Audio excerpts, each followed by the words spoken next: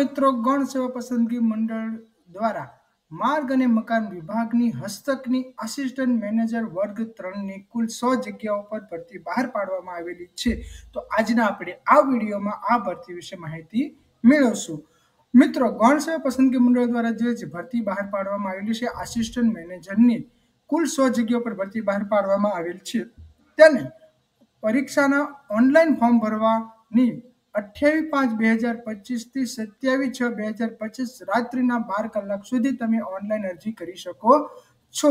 મિત્રો આપણે આગળ આજ વાત કરીએ તો કે જગ્યાની કેટલી વિગતો વિશે વાત કરીએ તો કે આસિસ્ટન્ટ મેનેજર વર્ગ 3ની માર્ગ અને મકાન વિભાગની કુલ 100 જગ્યા છે, જેમાં તમને અહીં કેટેગરી વાઇઝ જગ્યા દેખાડવામાં આવેલી છે. તો તમે વિડીયોને પોઝ કરીને તેનો સ્ક્રીનશોટ પણ લઈ શકો છો. તેમજ મિત્રો કુલ 100 જગ્યામાંથી દિવ્યાંગ માટે કુલ 4 જેટલી જગ્યાઓ અનામત રાખવામાં આવેલી છે. આગળ આપણે વાત કરીએ અને દિવ્યાંગની કેટેગરી પણ તમે અહીં જોઈ શકો છો કે કોણ કોણ દિવ્યાંગ વ્યક્તિઓ કેટલી ટકાવારી વાઇઝ હશે તેના માટે આ જગ્યા રાખવામાં આવી છે, તે પણ તમે આ વિડીયોમાં જોઈ શકો છો. આગળ આપણે વાત કરીએ તો કે તેનું પગાર ધોરણ. મિત્રો આસિસ્ટન્ટ મેનેજરનું પગાર ધોરણ ફિક્સ પગાર 26,000 રૂપિયા તેને 5 વર્ષ માટે ફિક્સ વેતન આપવામાં આવશે. તેમજ તેના 7મા પગાર પંચ મુજબ 19,000 થી 63,200 લેવલ 2 નો પગાર ધોરણ નિયમિત નિમણૂક મેળવવાનો પાત્ર થશે ત્યારથી તેને આપવામાં આવશે. આગળ વાત કરીએ તો કે તેની શૈક્ષણિક લાયકાત.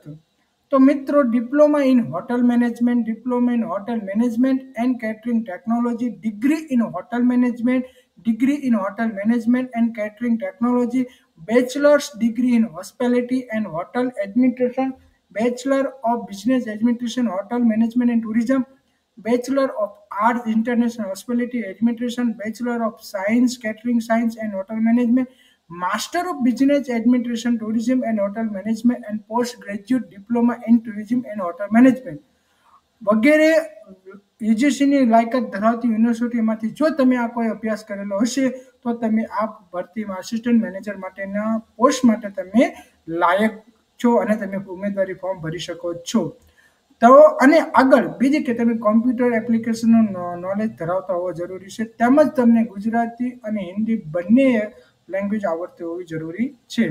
આગળ વાત કરીએ તો કે વય મર્યાદા કેટલી કે 27/6/25 રોજ ઉમેદવારની ઉંમર 18 વર્ષથી ઓછી નહીં અને 37 વર્ષથી વધુ ન હોવી જોઈએ.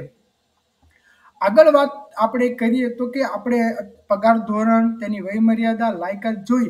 હવે તેની પરીક્ષા પદ્ધતિ જોઈશું, કેમ કે બાકીનું મિત્રો તમે એડવર્ટાઇઝમેન્ટમાં વાંચીને પણ તમે જોઈ શકો છો, જેથી આપણે વિડીયો વધારે લાંબો ન થાય તે માટે આપણે ડાયરેક્ટ તેનું આપણે જોઈ લઈશું કે પરીક્ષા પદ્ધતિ કઈ રીતે લેવામાં આવશે.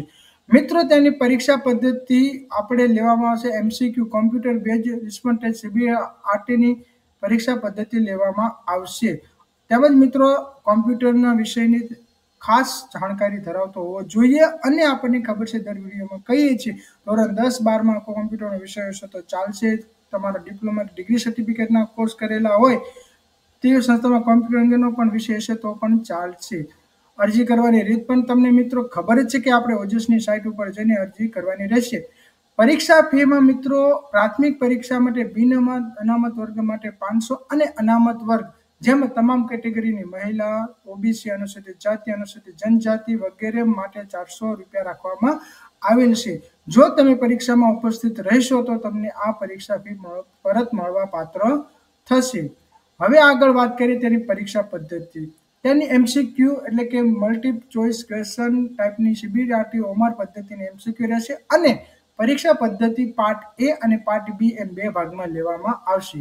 પાર્ટ એ તાર્કિક કસોટીઓ તથા ડેટા ઇન્ટરપ્રિટેશનના 30 ગુણ, ગાણિતિક કસોટીના 30 ગુણ, કુલ 60 ગુણનું પાર્ટ એ રહેશે. પાર્ટ બી ભારતનું બંધારણ, વર્તમાન પ્રવાહ, ગુજરાત અને અંગ્રેજી કોમ્પ્રિહેન્શનના 30 ગુણ, સંબંધિત વિષય અને તેની ઉપયોગિતાને લગતા પ્રશ્નો 120, કુલ 150, એમ કુલ 210 માર્કનું ટોટલ પેપર રહેશે. પાર્ટ એ અને પાર્ટ બે બંને થઈને 210 પ્રશ્નો અને કુલ 3 કલાકનો તમને સમય આપવામાં આવશે. આમાં નેગેટિવ માર્કિંગ પદ્ધતિ પણ રાખવામાં આવેલી છે. તો મિત્રો પાર્ટ એ અને પાર્ટ બી નું સ્વતંત્ર અલાયદું ન્યૂનતમ ગુણવત્તા ધરાવતું ક્વોલિફાઇંગ સ્ટાન્ડર્ડ રહેશે. તો મિત્રો આપણે વાત કરીએ કે પાર્ટ એ માં લઘુત્તમ ગુણવત્તા 40% અને પાર્ટ બી માં પણ તમારે ગુણવત્તા ધોરણ 40% રાખવામાં આવેલ છે, એટલે કે 40% માર્ક તમારે મેળવવા ફરજિયાત છે. તો જે પણ મિત્રોને આસિસ્ટન્ટ મેનેજરની ભરતીનો પોતાની લાયકાત ધરાવે છે અને આ સરકારી નોકરીમાં રસ ધરાવતા હોય તે ઉમેદવાર સુધી આ વિડીયો ચોક્કસ શેર કરજો અને 28/5 તેની પરીક્ષા માટે ઓનલાઈન ફોર્મ ભરવાની શરૂઆત થઈ ગયેલી છે ઓજસ સાઇટ ઉપર, તો પોતાનું ફોર્મ ભરી દે. જો આ વિડીયો ગમ્યો હોય તો લાઈક કરજો, શેર કરજો અને આવી અવનવી માહિતી મળી રહે તે માટે સંજીવ વાચ યુટ્યુબ ચેનલને સબસ્ક્રાઇબ કરવાનું ના ભૂલતા.